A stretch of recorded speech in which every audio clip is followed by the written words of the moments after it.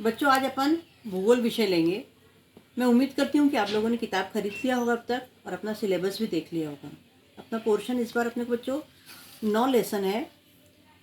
क्षेत्र अध्ययन, दूसरा है स्थान एवं विस्तार, तीसरा है प्राकृतिक रचना एवं अपवाह तंत्र, चौथा है जलवायु, पांचवा है प्राकृतिक वनस्पतियाँ एवं वन्य जीव, छठवां है जनसंख्या, सातवां है मानवीय अधिवास, आठवां है अर्थव्यवस्था एवं व्यवसाय और नौवां है पर्यटन, परिवहन एवं संचार।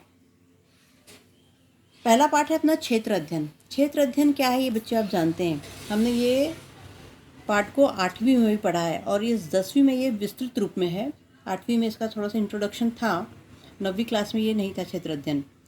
अभी देखिए, क्षेत्र अध्ययन यानी क्या? क्षेत्र अध्ययन यानी किसी स्थान का अध्ययन करना, विस्तृत जानकारी प्राप्त करना। जैसे हम पिकनिक पर जाते हैं, सहल पर जाते हैं, ये जो शैक्षणिक सहल है, आप लोग 2 साल पहले वर्धा गए थे, आप जानते हैं वर्धा गए थे अपन लोग। उस समय आप लोग को बोला गया था कि डायरी पेन वगैरह लेकर चलो, है ना, और अपने जो जो इन्फॉर्मेशन मिलती है हमें उसको नोट करते चलना था। वैसे ही क्षेत्र अध्ययन का मतलब वही है। जैसे हम वर्धा गए थे, वहाँ पे अलग अलग चीज़ों का अपन देखा था, ऐतिहासिक चीज़ों को, वैसे ही क्षेत्र अध्ययन में भी किसी स्थान के बारे में हम अध्ययन करते हैं। जैसे इस पाठ में एक शहर के बारे में वर्णन है। जैसे कि शिक्षक है और कुछ बच्चे हैं, वो लोग यात्रा कर रहे हैं और यात्रा करते समय रास्ते में वो लोग क्या क्या देखते हैं उसके बारे में वर्णन है। और साथ में हम जब भी कभी क्षेत्र अध्ययन के लिए जाते हैं तो हमें क्या क्या लेकर जाना चाहिए साथ में सामान, उसके बारे में दिया है।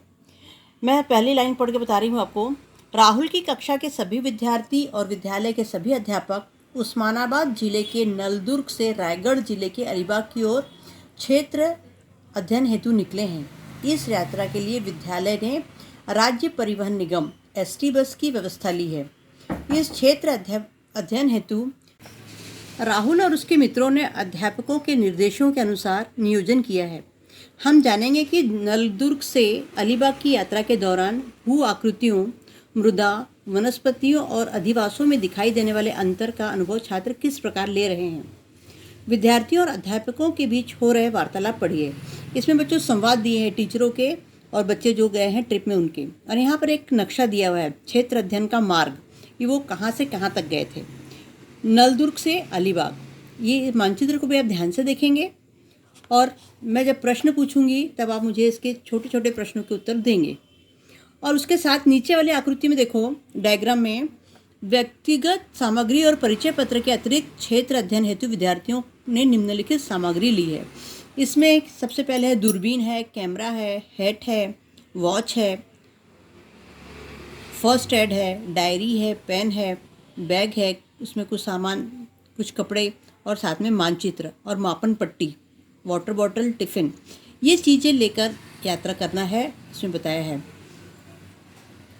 इसमें पहले दिन उन्होंने क्या देखा, ये 2 दिन की यात्रा है बच्चों उनकी। 2 दिन की यात्रा में उन्होंने क्या क्या देखा, ये बात को आप ध्यान से पढ़ेंगे। पहले अध्यापिका ने क्या प्रश्न किए और उसमें जो बच्चे हैं, राहुल हैं, अध्यापिका है, राहुल है, मीना है, सूरज, रेणुका और साथ में अध्यापक भी हैं, सावित्री, पूजा, नजमा। और ये जो साथ में जो बच्चे गए हैं वो बीच बीच में अपने टीचरों से, शिक्षकों से बीच बीच में प्रश्न कर रहे हैं और साथ में टीचर भी उनको क्या क्या ऑब्जर्व करने के लिए बोल रही है, क्या क्या निरीक्षण करने के लिए बोल रही है, उस बात को आप ध्यान से देखेंगे। जैसे पहले आकृति में दिया है मिट्टी की छत वाला घर। मिट्टी की छत वाला घर कहाँ पर है उसके बारे में देखना है आपको।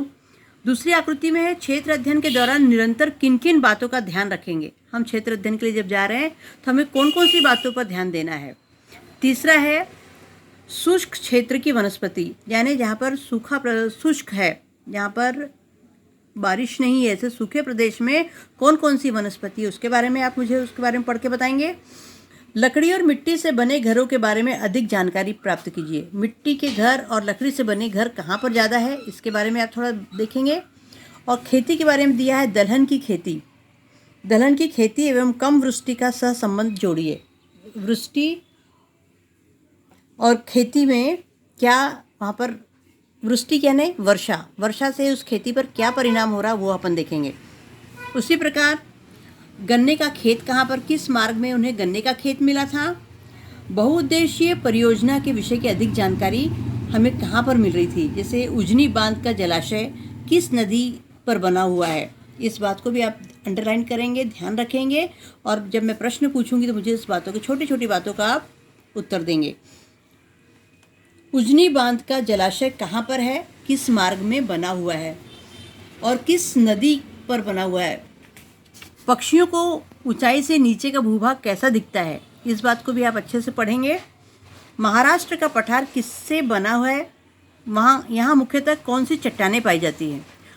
महाराष्ट्र का पठार किस चीज़ से बना है, कौन सी चट्टानें वहाँ पर है, उस बात को भी आप पढ़कर अंडरलाइन करके रखेंगे और मुझे बताएंगे। अब जब जितने ध्यान से आप इस लेसन को पढ़ेंगे बच्चों, उतने अच्छे तरीके से आप बारीक बारीक प्रश्नों के उत्तर आप मुझे बता पाओगे। चट्टानों की परतें, धान की खेती, विभिन्न किलों के बाद धान की खेती वहाँ पर क्यों है, इसके बारे में भी आप जानकारी प्राप्त करेंगे। विभिन्न किलो के बारे में जानकारी प्राप्त कीजिए, उसके लिए निम्न बिंदुओं पर विचार कीजिए। वहाँ पर जो अलग अलग किलो के बारे में हम स्टडी करेंगे वो वहाँ पर उसके बारे में हमको जानकारी लेना है, वो वहाँ पर क्यों बनाए गए। जैसे अलग अलग यहाँ पर किलो के बारे में दिया है। वैसे यहाँ पर देवटंकी एक पानी का स्रोत है, वो भी आपको पढ़ना अच्छे से कि उससे हमें क्या पता चलता है। सिंहगढ़ पर मिलने वाले व्यंजन, खाद्य पदार्थ हमें प्राप्त होते हैं और सुलभ होते हैं, हमें मिलते हैं आसानी से। आपने बेटा सह्याद्री पर्वत में स्थित जलप्रपात कौन कौन से, जलप्रपात यानी आपको पता है झरने। प्रदेश एवं आवश्यकताओं के अनुसार आजीविका के साधनों में फ़र्क पड़ता है, आपको इससे क्या लगता है, इसके बारे में भी आप पढ़ेंगे। किस प्रदेश में किस प्रकार के व्यवसाय ज़्यादा होते हैं, इस बारे में आप ध्यान से पढ़ेंगे।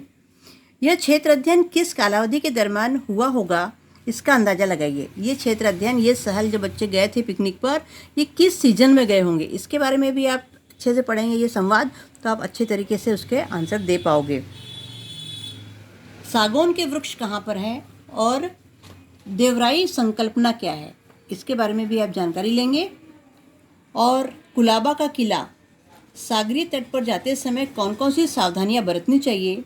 ज्वार भाटे का समय जानने का समय सबसे आसान तरीका कौन सा है, इसके बारे में भी आप ये लेसन को जब जितने अच्छे से पढ़ेंगे आप उसका जवाब दे पाएंगे। और इस लेसन को कई बार पढ़ना है, ध्यान से पढ़ेंगे तो आप बिल्कुल ये संवाद, तो आप इसको पढ़ेंगे तब मैं अपन इसमें अगले वीडियो में अपन इसमें चर्चा करेंगे उसके बारे में। और छोटे छोटे प्रश्न मैं जो दूंगी उसके आप आंसर मुझे बताएंगे। अलीबाग का सागरीय तट कौन सा है। क्षेत्र अध्ययन के संदर्भ में आप किन किन दृश्यों के छायाचित्र खींचेंगे। जब हम किसी भी ऐसी पिकनिक में जाते हैं, शहर में जाते हैं, तो हम वहाँ पर कौन से चित्र, छायाचित्र का मतलब होता है पिक्चर, हम कौन से चित्र खींचेंगे अपने कैमरे में। क्षेत्र अध्ययन के दरम्यान विभिन्न जानकारी आप कैसे प्राप्त करेंगे। आप किसी स्थान पर जब गए हैं तो वहाँ पर उस स्थान के बारे में अगर आपको जानकारी प्राप्त करना है तो हम किन किन लोगों से मिलेंगे और वहाँ पर क्या क्या चीज़ देखेंगे जिससे कि हम वहाँ के बारे में जानकारी ज़्यादा से ज़्यादा ले पाएँ। क्षेत्र अध्ययन का वृत्तांत लेखन आप किन मुद्दों के आधार पर तैयार करेंगे, इस बात को भी हम इस लेसन को जब पढ़ेंगे अच्छे से, और जब आप अच्छे से रीड करोगे एक बार 2-3 बार ध्यान से पढ़ना और उसको समझना, फिर मैं अगले वीडियो में जब आपको बताऊंगी। इसमें बेटा ये लेसन सिर्फ अपने को पढ़ने का है, रीडिंग के लिए दिया। क्षेत्र अध्ययन लेसन अपने को पहले भी जब था वो रीडिंग के लिए था, स्वयं अध्ययन के लिए। तो इसमें आप इसको अच्छे से पढ़ेंगे और उन प्रश्नों के जवाब तैयार रखेंगे। और अगले बार मैं आपको कुछ लिखित प्रश्न दूंगी जिसके कारण आप अच्छे से लिख पाओगे।